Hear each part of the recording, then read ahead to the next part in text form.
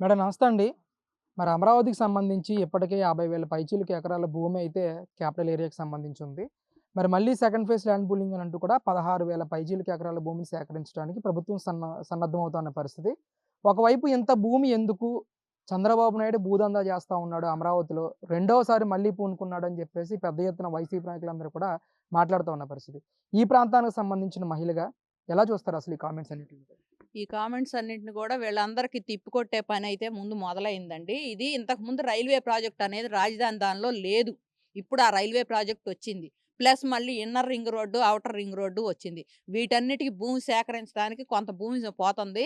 మరి కొన్ని కొన్ని ఊళ్ళల్లో మా ఊళ్ళో ఉన్న రెవెన్యూలో 200, 1000 ఎకరాలు ఉంటే గనక దానిలో 500 ఎకరాలు దీనిలోనే పోతుంది. మిగతా 500 ఎకరాలు ముక్కలు ముక్కలుగా ఉంటది. మా భూమి ల్యాండ్ పూలింగ్‌కి తీసుకోమని కర్లపూడి, మరి వైకుంఠపురం అట్లాంటి గ్రామాలు వాళ్ళు ముందుగానే విన్నవించుకున్నారు. ఇదేం వీళ్ళు స్వతంత్రంగా తీసుకున్న నిర్ణయం గాదు. ముందు ఇట్లా రైల్వే దానిలో ఇట్లా పోతే మాకు కాంపెన్సేషన్ తక్కువొస్తది. మేము అన్యాయం అయిపోతాం రైతులంటే, సరే పూలింగ్ అనేది ఎప్పటినుంచో 5, 6 నెలల నుంచి ప్రపోజల్‌లో ఉంది. తర్వాత మనం ఏం జేయాలి, ఎట్లా జేయాలన్న ఆలోచనతోటి ఇన్నర్ రింగ్ రోడ్‌కి, ఔటర్ రింగ్ రోడ్‌కి, రైల్వే ప్రాజెక్ట్‌కి, మరి స్పోర్ట్స్ సిటీకి ఇట్లాంటియన్నీ కొన్ని కొన్ని నాటికి భూమి కావాలి. మనకి భూమి లేదని జెప్పేసి ఇక్కడున్న సమస్యలన్నీ తేల్చేసి ఇక్కడ మనకు మిగులు భూమి ఎంతంటే 7,000 ఎకరాలు మాత్రమే ఉంది.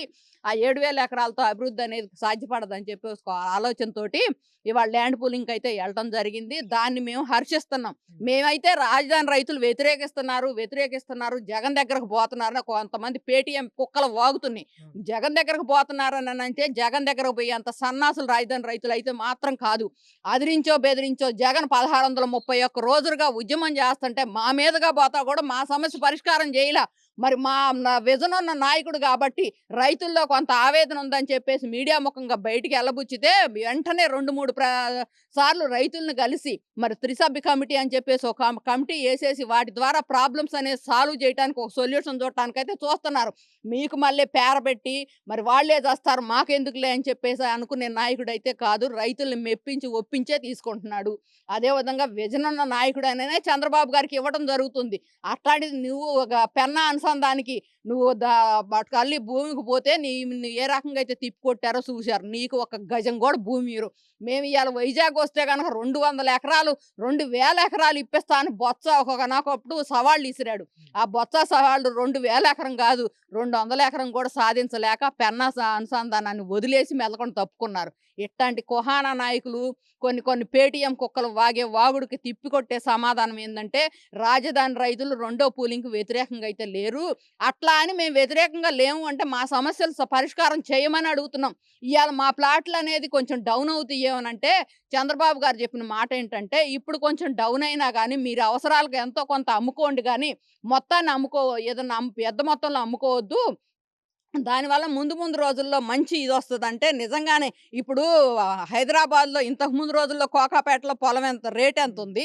ఇవాళ రేటెంతుంది? దాన్నే ఉదాహరణ చేసి వేరియేషన్ చేసి చెబుతున్నారు. ఇయన్నీ చెప్పి రైతులను ఒప్పించి, మెప్పించి తీసుకుంటున్నాడు. మీ మొహానికైతే ఒక 10 ఎకరాలు గూడా ఇవ్వరు. అందుకని చెప్పేసి మీరు మెలకొని కూర్చుంటేనే బావుంటది. అంతర్జాతీయ రాజధాని కావాలా మనకి అనని చెప్పి అంబటి కొన్ని వ్యాఖ్యలైతే చేస్తున్నాడు. నీ మొహం పాడుగాను ఇంతకు ముందు రోజుల్లో ఢిల్లీని తలదన్నే రాజధాని కూడా కావాలా మనకి అని అంటున్నావు. ఢిల్లీని తలదన్నే రాజధాని అంటే ఢిల్లీ ఏ కాలం నాడో ఏర్పడిన దేశ రాజధాని. అది మరి ఇవాళ కాలుష్యం రహితం అయిపోయింది. ఇవాళ ఇక్కడ అట్లా కాకుండా మరి underground drainage green blue సిటీలుగా ఏర్పాటు చేయటానికి ఏ రకంగా అయితే మామూలుగా గ్రీన్‌కి వదిలేశారు. పార్కులు లాంటివి అక్కడికక్కడ మరి మా ప్లాట్‌ల్లో పక్కన కొంత ప్లేస్ అనేది కేటాయించి దాన్ని పార్కుగా చేస్తున్నారు. ఇట్లాంటియన్నీ పొల్యూషన్ కాకుండా మరి కరెంటు పైన కనిపించకుండా అండర్ గ్రౌండ్‌లో యేసేసి మరి చాలా ప్లాన్డ్‌గా చేస్తున్నారు కాబట్టి ఇప్పుడు కావాలి కాస్త టైం కూడా పట్టుద్ది. అంటే ఇన్నాళ్ళు అమరావతి కోసం పెద్ద ఎత్తున అప్పులు చేస్తున్నాడు చంద్రబాబు నాయుడు. బ్యాంకుల నుంచి రుణాలు పట్టుకొస్తా ఉన్నాడు. ఈ భారమంతా కూడా ప్రజల మీదే పడతదని చెప్పేసి పదే పదే ఇదే మాట ప్రతిసారి కూడా అంబటి రాంబాబు ఉచ్చరించడం కానీ, అలాగే జగన్మోహన్ రెడ్డి కూడా ఈ స్క్వేర్ ఫీట్‌కి సంబంధించి రూ. 10,000 ఖర్చు పెట్టి ఇక్కడ నిర్మాణాలు చేస్తున్నారు. ఈ భారమంతా కూడా ప్రజల మీదే పడుతుందని చెప్పేసి ఆయన కూడా మాట్లాడుతున్న పరిస్థితి. ఇవాళ ఈ స్క్వేర్ ఫీట్‌కి రూ. 10,000 పెడుతున్నామంటే ఆ ఘనత నీదేనయ్యా. ఏ రకంగా అయితే అమరావతి జంగిల్లాగా తయారు చేసి, ఆ జంగిల్ క్లియరెన్స్ చెయ్యాలి. ప్లస్ మళ్ళీ ఇక్కడ మరి ఇదంతా కూడా డెవలప్ చేయాలంటే కొంత అమౌంట్ అవుతున్న మాట వాస్తవమే గానీ, అయ్యేదాన్ని బట్టి డెవలప్‌మెంట్ మీద అమరావతి సెల్ఫ్ ఫైనాన్స్ అని చెప్పి ఎందుకన్నారంటే, దానికి అదే తీర్చుకుంటది. ఆ భూమి మీద అట్లా ఏదైనా ఒక ప్రాజెక్ట్ కావాలి అంటే, ఇప్పుడు రైల్వే ప్రాజెక్ట్ మన కేంద్రం ఇచ్చినప్పుడు, ఆ కేంద్రం ఇచ్చిన దానికి మనం భూమి చూయించాలి. భూమి చూయించాలంటే ఎన్ని వేల కోట్లు ఆ భూమి కాంపెన్సేషన్ చెల్లించాలో చూడు.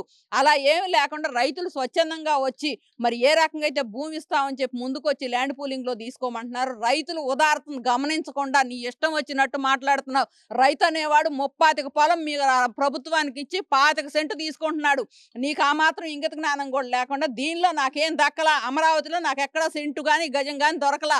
అందుకని చెప్పేసి నాకు అమరావతి అంటే అది ఒక బూతు పదం లాంటిది. అందుకని చెప్పి ఈ అమరావతిని ఎట్టయినా సరే ఆటంకపరచాలని చెప్పేసి నువ్వు ఏ రకంగా అయితే సంకల్పం చేసుకున్నావో, ఆ సంకల్పాన్ని దేవతల రాజధాని అమరావతి అని మేము మాట్లాడితే, వేశ్యల రాజధాని అని మా మీద ఏ రకంగా అయితే దుమ్మెత్తి పోశారో, ఆ దుమ్మెత్తి పోసిన వాళ్ళకి ఎట్లా బుద్ధి చెప్పామో చూశారు. మరి ఇయన్నీ గాకుండా దేవతలు దీవించిన రాజధాని అని ఆ అమరావతి నామకరణం చేసిన రోజే ఉంది గాబట్టి, ఇవాళ ఎటువంటి ఇది లేకుండా మరి దానంతటికదే ఇప్పుడు కేంద్రం నిధులీయటానికి కూడా మరి బ్యాంకులకు భరోసా అనేది కేంద్రం ఇయకుండా అయితే రాదు. అందుకని కేంద్రం భరోసా ఇవ్వబట్టి, ఇక్కడ పెట్టుబడులు రాబట్టి, ఈ పెట్టుబడులు రాకుండా గూడా అడ్డుకోవటానికి మీరెన్ని లెటర్లు రాశారో, ఏం చేశారో చూశారు గానీ, అమరావతి దిందనాభివృద్ధి జరుగుద్ది. అది చూడటానికి నీ కళ్ళు పెద్దవి చేసుకొని కూర్చోమని చెప్పి వైసీపీ నాయకులకు మాత్రం ఒక విన్నపం చేసుకుంటున్నాను.